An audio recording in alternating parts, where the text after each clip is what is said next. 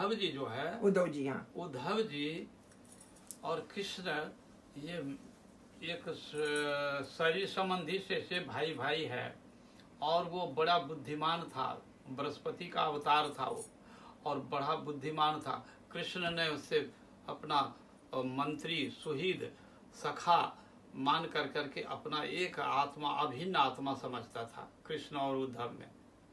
तो एक समय जब मथुरा में कृष्ण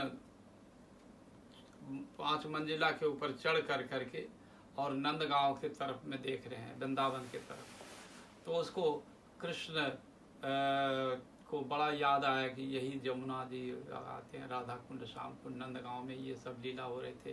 गोपियाँ देखो किस तरह से प्रेम में विभावित होकर करके कर रहे हैं, और विविध प्रकार की लीला हमने यहाँ पर रचाया हो। ये सब चिंता करते करते कृष्ण अधूर नयन से कंदन कर रहे हैं, और इतने में ही वो उद्धव जो है कहीं से देखा कि कहाँ गया कृष्ण, कहाँ गया कृष्ण। खोजते खोजते फिर कृष्ण के पास आ गया। कृष्ण से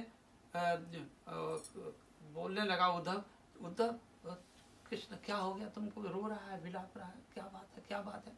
तो और रोमांच, अश्रु पुलक हो रहा है, क्या हो गया, क्या होगा?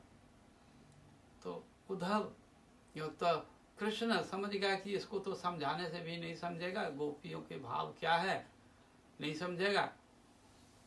फिर उसे जो है कहा कि देखो, हाथ पर हाथ रख करके कहा, हे उद्धव, तुम जो है तुम बड़े ज्ञानी हो, बृहस्पति का शिष्य हो तुम, और जगत में तुम्हारे जैसा कोई ज्ञानी नहीं है।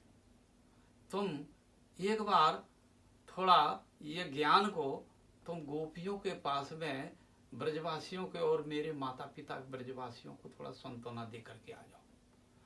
मैं वासुदेव हूँ, विश्व में व्याप्त हूँ, सब जगह मैं भगवान हूँ।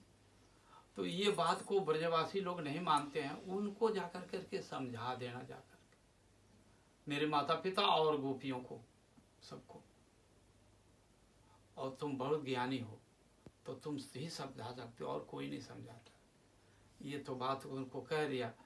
और मन में क्या था कृष्ण को कि देखो, मैं जिस प्रेम की पाठशाला में, मैं गोपियों के पाठशाला में सीख करके आया हूँ कि गोपी प्रेम क्या है, उस प्रेम की पाठशाला में यदि ये उद्धव जाकर के सीख करके आएगा तो मेरा गुरु भाई हो जाएगा, हम उसके साथ में जो वार्तालाप करेंगे तब प्रेम का भाव समझेगा कि गोपियों के भाव क्या है।